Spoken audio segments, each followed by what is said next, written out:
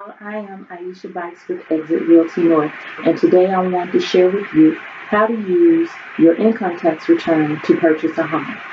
So we're going to start off with the easiest thing. First things first, number one, if you are already caught up and current and up to date with your bills and your budget and your credit, you can go ahead and pass go. You're free to proceed forward. You can use your income tax return to go towards your home inspections, which generally run anywhere from $300 to $500, depending on what type of inspection that you're currently getting. You can also use it for your earnest money. That can be anywhere from $500 to $1,000 in the basic general market. Sometimes when you go into new construction can or may require you to put down more. I've seen it go anywhere from $5,000 down up to $15,000 down. It just really depends on which builder you're affiliating with. You can also use it towards your closing costs. Even though closing costs are negotiable, some people may go into the process not even wanting to go in worrying about whether or not they can get their closing costs negotiated. So they'll want to have the extra money on hand to utilize towards their closing costs or to help contribute towards their closing costs after they've already been negotiated. So that's another good thing that you can use it for, especially if you still have to bring money to the table after negotiation. This money can also be utilized for your down payment for your loan. And so that's completely separate from the actual contract. This is something that the bank requires. The bank will require on a FHA loan 3.5%. That's the going rate for an FHA loan. So you will need to put down that 3.5%. That money can go towards that 3.5%. Or if you're using something like a conventional loan where you require 20% down and you've already been saving up all this time for that, then you can go ahead and add that money to the pot to help push you over closer to your 20%. They also have other options out there, such as a hybrid conventional loan. So you can put down anywhere from 5 to 10%. It just depends on the financial or lending institution that's providing the packages. They have various packages of several types of loans. So with the FHA, you're at 3.5%. VA, you're zero down, so that money can go towards something else.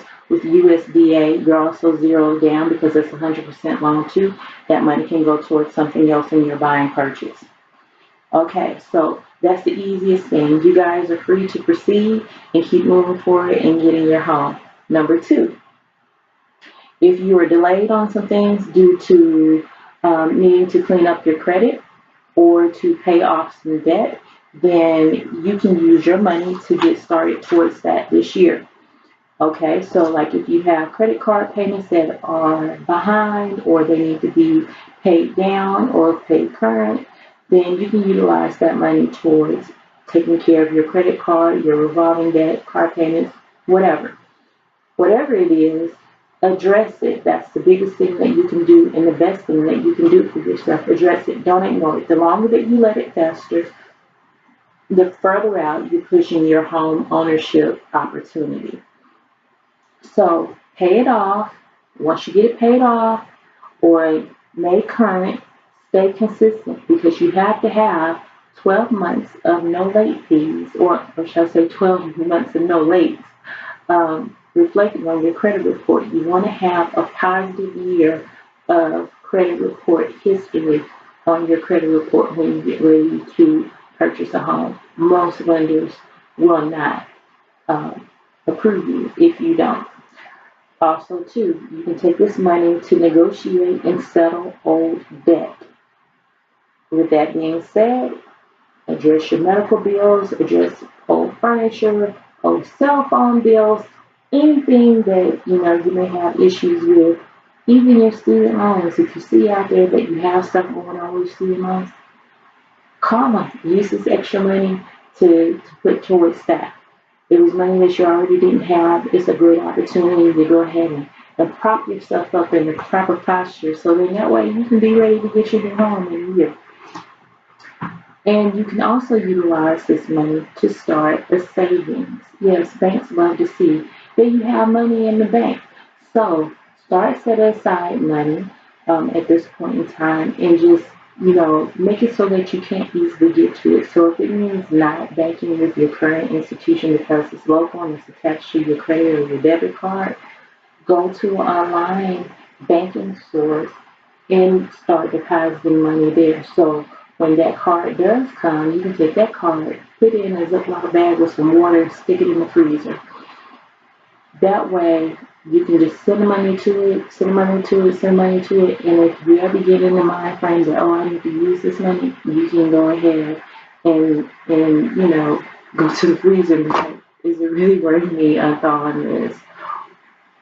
You're setting yourself a roadblock to make you stop and think. So then that way you won't do impulsive things when it comes down to disrupting your savings. So just a quick review. If you have already done everything that you need to do and you're just looking for that extra little push, then guess what? Go ahead and go. Like I said, you can use that for your home inspection. You can use it towards earnest money. You can use it towards your closing costs. You can use it towards your down payment. If you are delayed, that's okay. We're addressing the issue. Everything is always fixable. You can go ahead and utilize this money to, like I said, cover your debts. Get your credit cards current. Get your student loans current.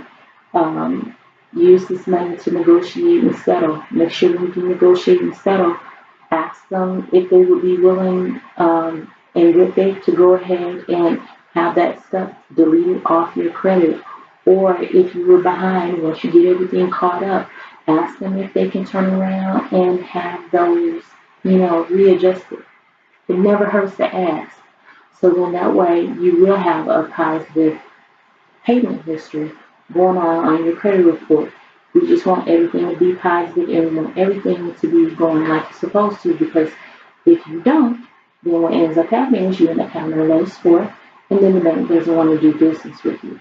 Also too, once you get your credit cards and stuff paid up and you're up to date and current, you want to keep your card at maybe 30% usage.